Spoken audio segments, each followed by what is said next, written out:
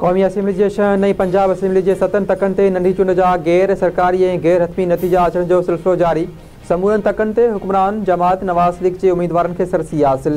NA 18 Haripur, NA 129 Lahore, NA 143 Sahiwal, Faisalabad जे 2 तकनि, NA 96 तोड़े NA 140 ऐं NA 185 डेरा गाज़ी खान में सुबुह 8 वॻे खां शुरू थियल पोलिंग जो अमल शाम 5 वॻे ताईं जारी रहियो। पंजाब असेंबली जे तक PP 79 सरगोदा, PP 87 मियांवाली, फैसलाबाद जे 3 तकनि, PP 98, PP 115 ऐं 116, 203 साहिवाल ऐं PP 269 मुज़फ़रगढ़ में भी अवाम पारां पंहिंजे वोट जो हक़ इस्तेमालु कयो वियो। अवाम नवाज़ लीग जो साथ ॾींदो। नंढी चूंड में टर्न आउट 25 खां 30% जे विच में ई रहंदो आहे। PTI बानी सियासत कई न आहे। बदकिस्मती आहे जो खेसि सियासत में आंदो वियो। PTI बानी जॾहिं इक़्तिदार में हो त हू चवंदो हो त हू कंहिं सां बि ॻाल्हियूं न कंदो। असां अॼु बि सियासतदाननि सां वेही मसइला हल करण जे हक़ में आहियूं। वज़ीर आज़म जे सलाहकार राणा सनाउल्लाह जी फैसलाबाद में मीडिया सां ॻाल्हि ॿोल। संदसि चवणु आहे त न रुॻो दुनिया पर भारत बि तस्लीम कयो आहे त पाकिस्तान उन खे मुंहुं तोड़ जवाबु ॾिनो।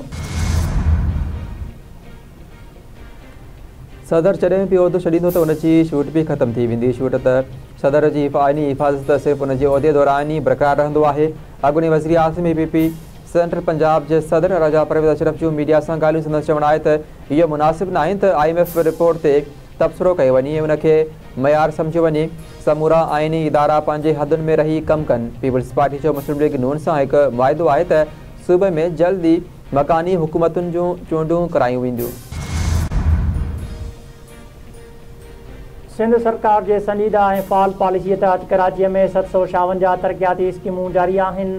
13.25 अरब रुपयनि जी लागत सां कराची डेवलपमेंट अथॉरिटीअ जूं 76 ऐं 18 अरब 36 करोड़ रुपयनि जी लागत सां कराची मेट्रोपॉलिटन कॉर्पोरेशन जूं 200 स्कीमूं हलनि पयूं। सिंध जे सीनियर वज़ीर शहीद इनाम मेमण जो बयानु। संदसि चवणु आहे त सिंध हुकूमत कराचीअ खे जदीद, महफ़ूज़ ऐं सहूलियतुनि वारो शहर बणाइण लाइ समूरनि वसीलनि खे कुतब आणे रही आहे। मनसूबा मुकमल थियण सां शहरनि खे नुमायां रिलीफ मिलंदो। ॾुखियाईनि जे बावजूदि मनसूबनि खे मुक़ररु मुदे में मुकमल करण जी कोशिशि कई पई वञे। कारूंझर जी कटाई वारो मामिलो वफ़ाक़ी आइनी अदालत मुंतक़िल। 26 नवंबर ते ॿुधणी मुक़ररु। नोटिस जारी। कारूंझर जी कटाई ख़िलाफ़ सिंध हाई कोर्ट जे फ़ैसिले खे आइनी अदालत में चैलेंज कयो वियो आहे। वकील मुनवर सागर जो चवणु आहे त कारूंझर जी कटाई कंहिं बि सूरत में थियणु न ॾिनी वेंदी। कारूंझर जो केस मज़बूत सां विढ़ियो वेंदो। सिंध हाई कोर्ट जे फ़ैसिले खे दिफ़ा लाइ तयारी करे छॾी आहे।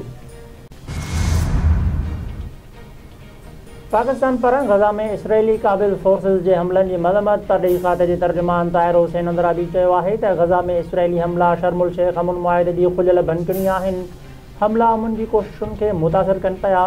पाकिस्तानी हुकूमत आलमी बिरादरीअ खां इसराइल तरफ़ां जंगबंदी जी भनकणीअ खे ख़तमु करण जो मुतालबो करे थी। KP जो वॾो वज़ीर सुहेल आफरीदी वफ़ाक़ ऐं क़ानून लाॻू कंदड़ इदारनि सां स्वीकार करे KP हुकूमत खे दहशतगर्दी ख़िलाफ़ जंग में इंटेलिजेंस बुनियादनि ते थींदड़ ऑपरेशन जो साथ ॾियण जो चयो आहे। सूबे जी तरक़ीअ लाइ वफ़ाक़ी इदारनि खे साथ ॾियणो पवंदो। KP जे गवर्नर फैसल करीम कुंडी जो बयानु। संदसि चवणु आहे त KP सूबो वफ़ाक़ खां सवाइ नथो हली सघे। जेकॾहिं अफ़गानिस्तान में अमुन आहे त पोइ अफ़गान शहरनि खे वापसि वञणु घुरिजे। अफ़गान पनाहगीरनि जे मामले ते KP हुकूमत सां सियासत करे रही आहे। KP जे वॾे वज़ीर सुहेल आफरीदीअ जे इलाइक़े में मंशियात जा कारखाना आहिनि। PTI जा माण्हू मंशियात जे कारोबार में मुलविस आहिनि। 13 मादरी समेत ज़िले ख़ैबर मां मंशियात पूरे मुल्क में स्मगल थींदी आहे। सुहेल आफरीदीअ ख़ैबर में मंशियात जी तरदीद करे हक़ीक़तुनि खे लिकायो। वज़ीर आज़म जे KP बाबति कोऑर्डिनेटर अख्तियार वली ख़ान जा इल्ज़ाम। संदसि चवणु आहे त मंशियात जो पैसो सरहद पार बि वेंदो आहे। उहो ई पैसो दहशतगर्दी ऐं रियासत ख़िलाफ़ इस्तेमालु थिए थो। सुहेल ख़ान जो ताल्लुक़ ज़िले ख़ैबर सां आहे। वॾे वज़ीर खां मुतालबो कयो हो त ज़िले ख़ैबर में मंशियात ख़िलाफ़ कार्रवाई करे। जंहिं वॾे वज़ीर जे तक में मंशियात तयारु थिए उनखे इस्तीफ़ा ॾियणु घुरिजे।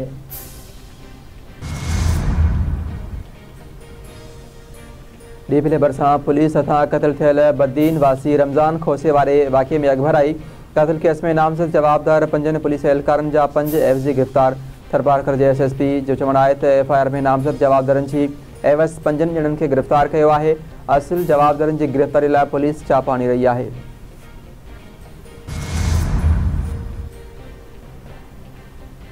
सिंध जे तारीख़ी बाग़ कोडी जे किले ते रखियल क़ीमती तोप जा कड़ा चोरी थियण जो इंकिशाफ। किले ते रखियल 3 अहम तोपनि मां हिक तोप जा 4 कड़ा कटे चोरी कया विया।